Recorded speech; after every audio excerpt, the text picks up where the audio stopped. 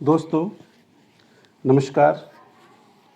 मैं राजेश कुमार, हिंदी अध्यापक, राज्य हरियाणा, आप सभी की स्नेह और प्यार से मुझे गत वर्ष महामहिम राष्ट्रपति जी ने अपने कर कमलों से राष्ट्रीय शिक्षक अवार्ड से सम्मानित किया।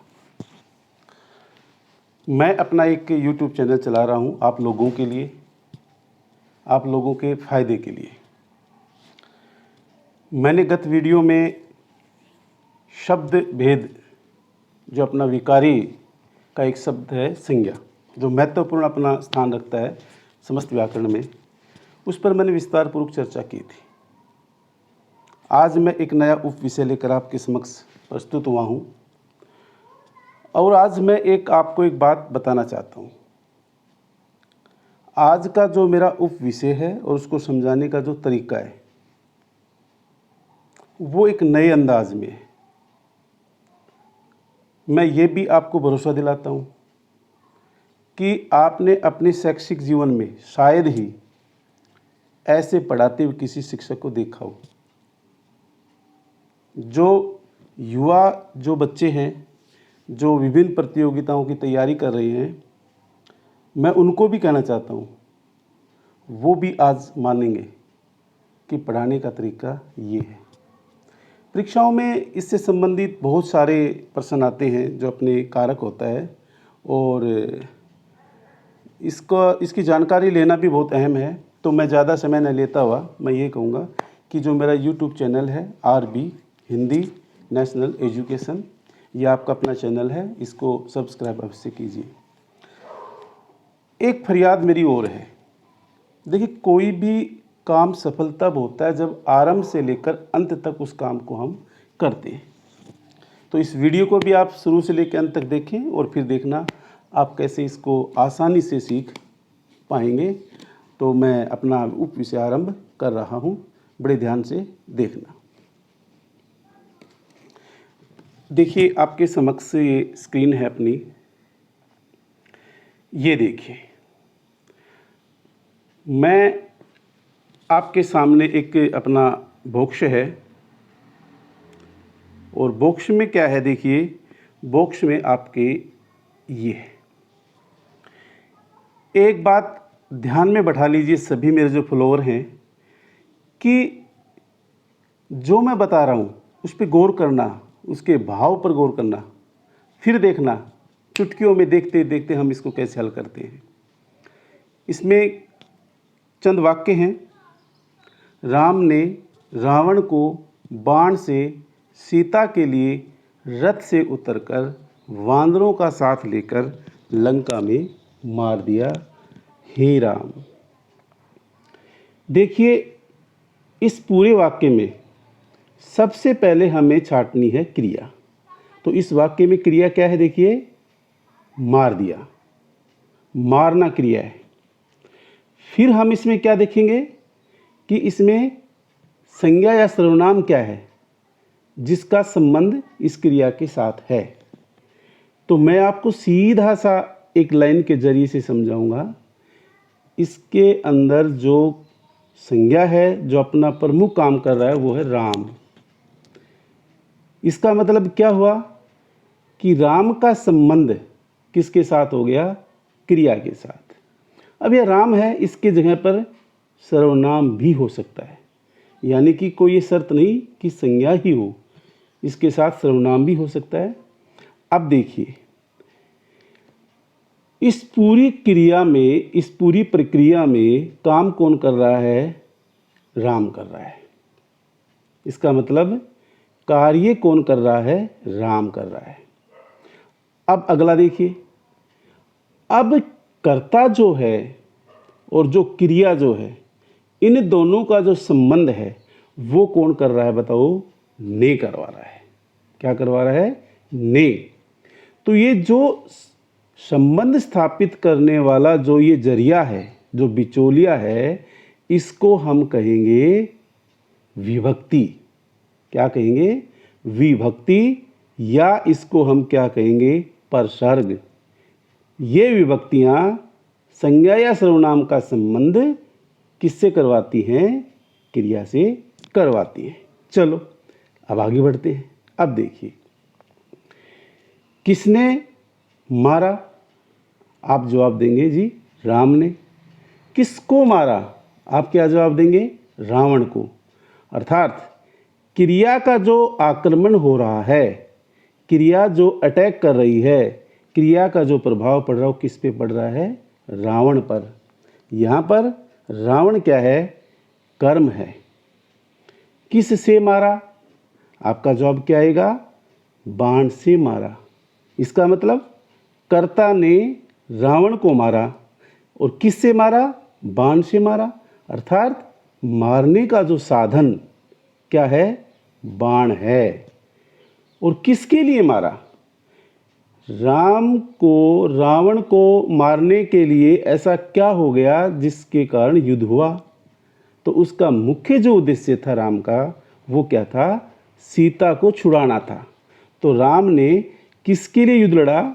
सीता के लिए। राम का उद्देश्य क्या था? सीता को छुड़ाना, रथ से उतरकर। मतलब कि रथ से उतरकर, रथ से उतरकर। भाई राम किस में बैठे थे? रथ पर बैठे थे। फिर क्या हुआ? रथ से उतर गई। अर्थात मैं ये कहूँ कि रथ से अलग हो गई, अर्थात रथ से उनका अलगाव हुआ। विभक्ति क्या होगी इसकी? से होगी। फिर क्या है? वानरों का साथ लेकर। राम ने किसका साथ लिया? वानरों का। वानरों के साथ उनका क्या हो गया? संबंध हो गया। क्या हो गया? संबंध हो गया। तो वानरों का साथ लेकर लंका में मार दिया। कहाँ मार दिया? लंका में। जो क्रिया है मारना, वो क्रिया का आधार क्या है? मैं ये पूछना चाह रहा हूँ। आप कहेंगे लंका, क्योंकि क्रिया किस पर हुई? मारना किस पे हुआ? लंका में हुआ। तो क्रिया का आधार जहाँ होता है वो भी एक अपना उसमें महत्वपूर्ण योगदान, आगे बात करेंगे उस पर। और जब रावण मरे तो मरते मरते उनके मुख से क्या निकला? हे राम। क्या निकला? हे राम। हे राम। इसका मतलब उन्होंने पुकारा, संबोधन किया। तो ये जो पूरी प्रक्रिया है, ध्यान दीजिए, ये जो पूरी प्रक्रिया है, इस पूरी प्रक्रिया में आपके कारकों का मतलब कि मिश्रण है। पूरे कारक इसके अंदर है। अब परिभाषा क्या हुई देखिए, मैंने पहले बताया था, संज्ञा या सर्वनाम का जिस रूप से उसका संबंध वाक्य की क्रिया, देखो वाक्य की क्रिया के साथ तो होगा ही होगा, इसके बिना तो कारक हो ही नहीं सकते। लेकिन ये भी कोई शर्त नहीं है, इसके साथ अन्य शब्द भी हो सकता है। उसे हम क्या कहेंगे? उसे हम कहेंगे कारक। क्या कहेंगे? कारक कहेंगे। अब देखिए, जैसे हमने संज्ञा पढ़ी, संज्ञा में उसके अपने क्या थे? एक परिवार था, भेद थे। इसी प्रकार कारक जब हम बांटेंगे तो उपयुक्त जो आपका गद्यांश छोटा सा पैरा है, ये जो इसमें देखिए जो मैंने लाल रंग से किए हुए हैं, इनकी संख्या आप गिन लीजिए, उतने ही कारक के क्या होंगे? भेद होंगे। तो ये आपके सामने 8 संख्या निकल कर आती है। तो कारक के भेद कितने होते हैं? 8 होते हैं। अब देखिए, इनमें विभक्तियों का रोल, परसर्ग का जो भूमिका है वो बड़ी महत्वपूर्ण है, क्योंकि विभक्ति के बिना कारक लगभग हमें समझ में कम आएगा। तो इसलिए विभक्ति अहम भूमिका है। जैसे देखिए कैसे, पहला जो अपना भेद है कर्ता कारक, इसकी विभक्ति मुख्य क्या है? ने। कर्म कारक की को, करण की से, संप्रदान की के लिए, अपादान की से, संबंध की काके की, अधिकरण की में पर और संबोधन की हे अरे ओ।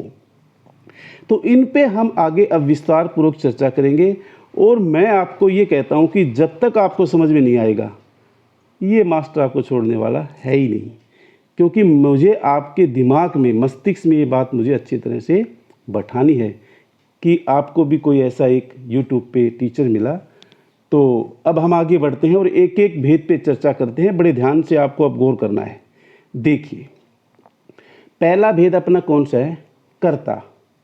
जैसे हमने उसमें राम बताया था कि करता है, काम करने वाले को हम क्या कहते हैं, कर्ता कहते हैं। अब देखिए कि इसकी विभक्ति क्या है, ने। अब हमने भी अपनी पढ़ाई के दौरान, हमारे अध्यापक ने भी हमें सदैव ने विभक्ति का ही प्रयोग करना सिखाया कि कर्ता ने कर्म को करण से, संप्रदान के लिए, अपादान से अलग होना, संबंध का के की, अधिकरण में पर और संबोधन हे अरे ओ, हमें ये प्रक्रिया सिखाई। लेकिन इनके अतिरिक्त भी एक विभक्ति होती है जो अलग अलग कारक के अंतर्गत आती है। अब ये पढ़ाई जो हम 10वीं तक पढ़ते हैं वहाँ तो ठीक है, लेकिन जब परीक्षाओं की तैयारी करते हैं नौकरी के लिए तो वहाँ साधारणतः विभक्ति को नहीं पूछता, वहाँ कठिन से कठिन पूछी जाती है। तो मैं आज आपको यही बताने के लिए आया हूँ। देखिए, पहला कौन सा अपना, कर्ता कारक।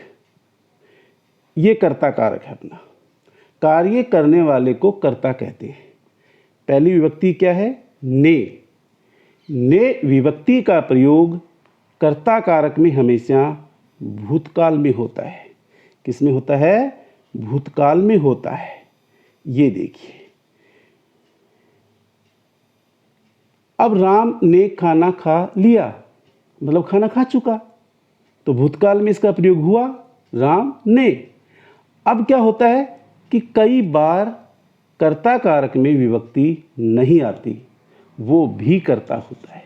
जैसे देखिए, राम खेल रहा है, अब राम खेल रहा है मतलब काम तो कर रहा है, इसलिए वो क्या है, राम यहाँ पर कर्ता कारक है। अब देखिए, जो असली लड़ाई लड़ी जा रही है, अब जो मैं समझाने जा रहा हूँ वो है को विभक्ति। को विभक्ति का प्रयोग कर्ता कारक में कब होता है, क्योंकि अलग अलग कारक में आपको आगे भी को विभक्ति का प्रयोग देखने को मिलेगा। को विभक्ति का प्रयोग जब हम किसी को सुझाव देते हैं कि भाई बच्चों को सो जाना चाहिए, हमने बच्चों को क्या दिया, सुझाव दिया, विभक्ति क्या आई, को आई, तो ये कौन सा कारक कहलाएगा, कर्ता कारक कहलाएगा। इसी प्रकार देखिए, से विभक्ति। से विभक्ति का जो प्रयोग है वो असमर्थता। असमर्थता का मतलब कोई कार्य करने में समर्थ ना हो। जैसे रोगी से चला नहीं जाता, यहाँ पर रोगी से चला नहीं जा रहा, से विभक्ति का प्रयोग है, कौन सा कारक होगा, कर्ता कारक होगा। अब हम अगले कारक की ओर बढ़ते हैं। दूसरा कारक क्या है, कर्म। कर्म क्या होता है, क्रिया के व्यापार का फल जिस शब्द पर पड़े उसे हम कर्म कारक कहते हैं, और इसकी विभक्ति कौन सी है, को। जैसे बच्चा चित्र को फाड़ देगा, क्रिया क्या है, फाड़ देगा, फाड़ना, किसको फाड़ देगा, चित्र को फाड़ देगा। अर्थात मैं कहूँ कि क्रिया का जो व्यापार का फल है वो कहाँ पड़ रहा है, चित्र को। तो आपको क्रिया के माध्यम से एक प्रश्न बनाना है, किसको के द्वारा, यदि उसमें उत्तर मिलता है तो कर्म है, और कर्म है तो ही तो कर्म कारक है, अन्यथा नहीं है। कई बार क्या होता है कि को विभक्ति का प्रयोग भी नहीं आता और वो कर्म कारक होता है। जैसे देखिए, मोहन पुस्तक पढ़ता है, अब इसमें को विभक्ति नहीं है, या मैं कहूँ कि को विभक्ति का इसमें लोप है। मोहन पुस्तक पढ़ता है तो वो सिद्धांत है, किसको पढ़ता है, पुस्तक को पढ़ता है। उत्तर हमारे समक्ष आ गया, इसका मतलब पुस्तक कर्म है, तो ये भी क्या कहलाएगा, कर्म कारक ही कहलाएगा। अब हम आगे बढ़ते हैं। जो तीसरा भेद है हमारा वो है करण कारक। हमने दो कारक पढ़े, कर्ता और कर्म। तीसरा क्या है, कर्ण। इसकी विभक्ति क्या है, से या के द्वारा। जैसे हमने उस गद्यांश में पढ़ा था कि राम ने किसके द्वारा मारा, हमने कहा जी बाण के माध्यम से, मतलब मारने का साधन क्या था, बाण था। तो यहाँ क्या होगा, जो कर्ता होगा उसके पास जो क्रिया करेगा वो, तो उसके पास उस क्रिया का करने का साधन होगा। तो कर्ता जिसके द्वारा या किसी साधन से कार्य करे उसे करण कारक कहते हैं। इसकी विभक्ति क्या होती है? से। जैसे मोहन कलम से लिखता है। क्रिया क्या है? लिखना। कर्ता कौन है? मोहन। मोहन किससे लिखता है? कलम से, यानी कि लिखने का साधन। इसलिए ये क्या कहलाएगा? करण कारक कहलाएगा। इसी प्रकार गीता बस के द्वारा विद्यालय जाती है। कर्ता कौन? गीता। क्रिया जाना। कहाँ जाती है? विद्यालय। विद्यालय जाने का साधन क्या है? बस। विभक्ति क्या है? के द्वारा। कौन सा कारक है? करण कारक निसंदेह है, कोई इसमें किंतु परंतु का सवाल ही नहीं है। तो जहाँ कर्ता जिसके द्वारा कार्य करे या किसी साधन से कार्य करे उसे करण कारक कहते हैं। अब जैसे मैं आगे बढ़ता हूँ, देखिए चौथा जो भेद है कारक का वो संप्रदान कारक है। संप्रदान कारक की विभक्ति क्या होती है? के लिए, के वास्ते और को। देखिए को इसमें भी आ गई है, कर्म में भी थी और इसमें दोनों का भाव अलग है। राम ने रावण को किसके लिए मारा? किस लिए मारा? सीता के लिए। मतलब उसका उद्देश्य क्या था? सीता को छुड़ाना।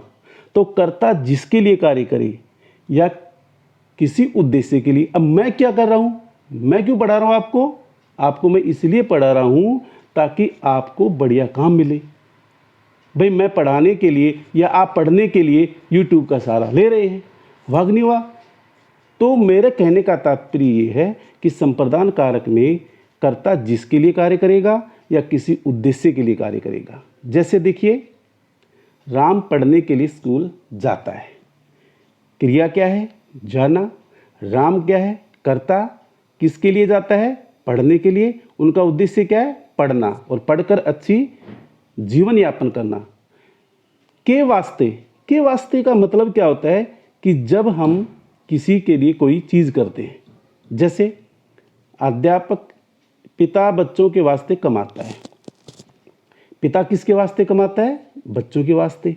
या मैं इसको ऐसे कह दूं पिता बच्चों के लिए कमाता है, तो बात एक ही है। केवल जैसे हमारे शब्दों का हेरफेर है, अक्षरों का हेरफेर है, बाकी के लिए का मतलब के वास्ते भी होता है। अब देखिए को जो विभक्ति है इसमें, को जो विभक्ति है ये इसमें कहाँ प्रयोग होती है? इसमें को विभक्ति का प्रयोग होता है जब कोई देने का भाव हो। किसका भाव हो? देने का भाव हो, तो वहाँ पर को विभक्ति का प्रयोग होता है। जैसे देखिए अध्यापक ने बच्चों को पुस्तकें दी। भाई अध्यापक ने बच्चों को क्या दी? पुस्तकें दी। यहाँ पर किसका भाव है? देने का भाव है। इसलिए ये कौन सा कारक कहलाएगा? संप्रदान कारक कहलाएगा। अब देखिए, अब इस वाक्य के अंदर जो है, देखो इस वाक्य के अंदर जो है इसमें दो कारक हैं। अगर यहाँ अंडरलाइन हम करते हैं तो अध्यापक ने, ये कर्ता कारक है। बच्चों को, ये क्या है? संप्रदान कारक है। और पूरा जब वाक्य आता है कोई अंडरलाइन नहीं होती तो वो कौन सा कारक कहलाएगा? संप्रदान कारक ही कहलाएगा। अब देखिए, अब हम आगे बढ़ते हैं थोड़ा सा और अगले भेद की ओर बढ़ते हैं। भेद संख्या नंबर 5, अपादान। अपादान की विभक्ति क्या है? से। जैसे वहाँ उस गद्यांश पे हम जाते हैं और उसमें मैंने क्या कहा था कि रथ से उतरकर, किससे उतरकर? रथ से उतरकर। अर्थात राम पहले किस पे बैठे हुए थे? रथ पर बैठे हुए थे, फिर रथ से क्या हो गए? अलग हो गए। तो अपादान कारक में क्या होता है? अलगाव या जुदाई का बोध होता है। अब देखिए गंगा हिमालय से निकलती है, हिमालय से गंगा क्या हो गई? अलग हो गई। विभक्ति क्या हो गई? से। अब देखिए माता दीन श्यामलाल से लंबा है। माता दीन श्यामलाल से लंबा है। इसका मतलब आप कहोगे कि श्रीमान जी आपने तो ये बताया था कि अपादान कारक वो होता है जिसमें अलगाव या जुदाई हो। इसमें तो अलगाव या जुदाई है ही नहीं। तो मैं आपको बता दूं, जिस वाक्य में तुलना का बोध हो और से विभक्ति हो तो वो कौन सा कारक कहलाएगा? अपादान कारक ही कहलाएगा। ये बात दिमाग में अच्छी तरह से बढ़ा लीजिएगा। अब देखिए अगला जो उदाहरण है, बहू ससुर से शर्माती है। इस वाक्य में बताइए कौन सा कारक है। आप कारकों पर गौर करने लग जाएंगे, कर्ता ने, कर्म को, कर्ण से जो भी है विभक्ति आप देखेंगे। आप से पे जाएंगे, साधन हो गया, अपादान पे जाएंगे, जुदाई हो गया, कर्ता पे जाएंगे, असमर्थता हो गया। आपके दिमाग में एक बात आएगी नहीं और आप इसको 100% थोड़ा सा भी पढ़ा है तो आप अपादान पे निशान लगा देंगे, अन्यथा आप क्या करेंगे, कर्ण कारक लगाएंगे। कर्ण कारक गलत है।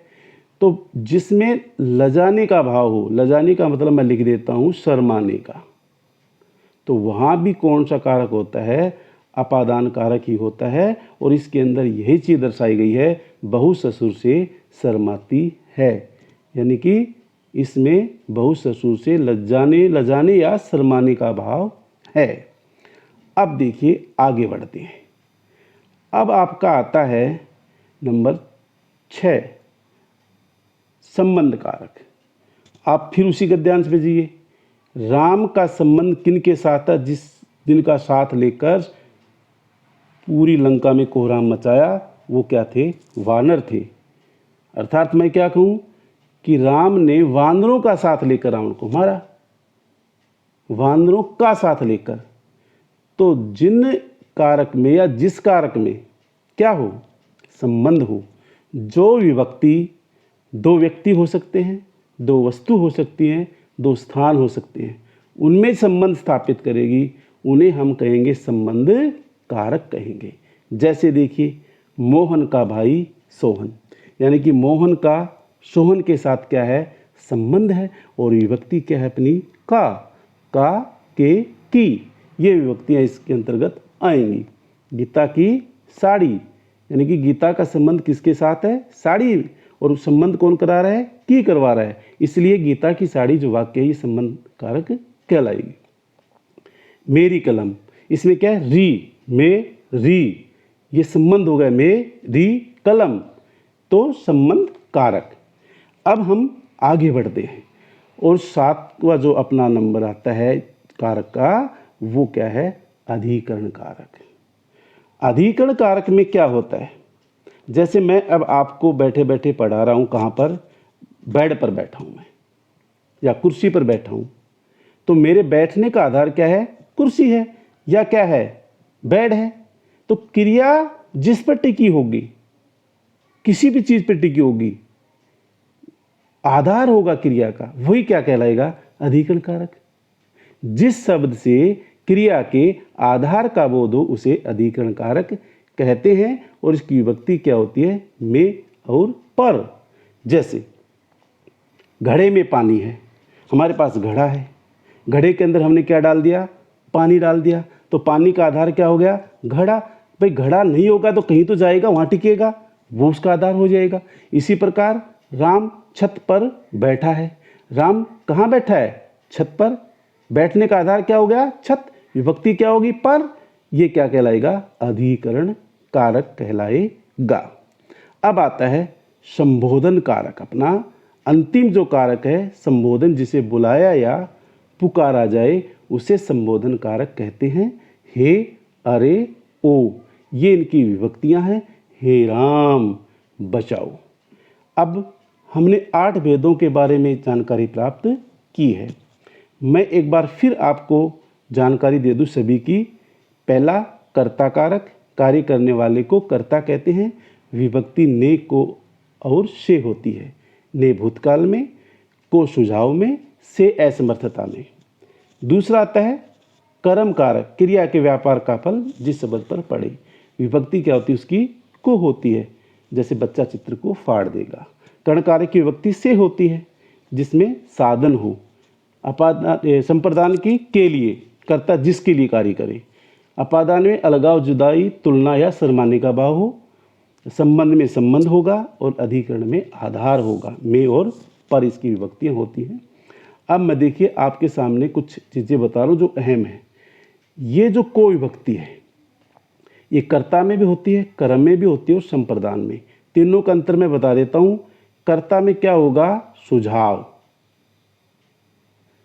कर्म में क्या होगा, व्यापार का फल, क्रिया के व्यापार का फल, और संप्रदान में कुछ देने का भाव होगा।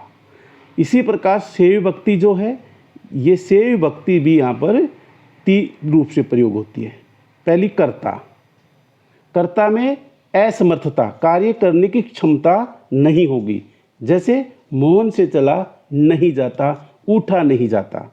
इसी प्रकार करण, कर्ण कारक में सेव्य भक्ति का प्रयोग साधन में प्रयोग होगी, जैसे मोहन बस से विद्यालय जाता है। और अपादान, जिसमें अलगाव या जुदाई में प्रयोग होता है सेव्य भक्ति का, जैसे वृक्ष से पत्ते गिरते हैं। अब देखिए, मैं आपको एक उदाहरण और समझा देता हूँ, बड़ी आसान सा है। जैसे कि संप्रदान और अपना ये कर्ण कारक में अंतर बताता हूँ। मोहन बस से विद्यालय जाता है, यहाँ बस साधन है। मोहन बस से उतरता है, यहाँ अलगाव अपादान है। जो अपादान है उसमें जुदाई होगी, और जो बस के द्वारा गया था उसमें क्या हो गया, साधन हो गया। अब मैं आज के जो मैंने ये आपको कारक के बारे में जानकारी प्रदान की है, इसका एक छोटा सा मैं आपका एक अभ्यास के लिए प्रयास करते हैं, ताकि आपका दिमाग पुनरावृत्ति के माध्यम से तीव्र अभ्यास किया जाए और आपका दिमाग एक्टिव हो सके। देखिए, पहला, मोहन विद्यालय जाता है, इसमें कोई विभक्ति नहीं है, केवल कार्य करने वाला मोहन है, कर्ता कारक।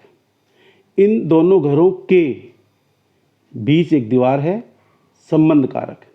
लड़का मिठाई के वास्ते रोता है, किसके लिए रोता है, मिठाई के वास्ते, संप्रदान। सीताराम ने भारत को भगवत गीता भेंट की,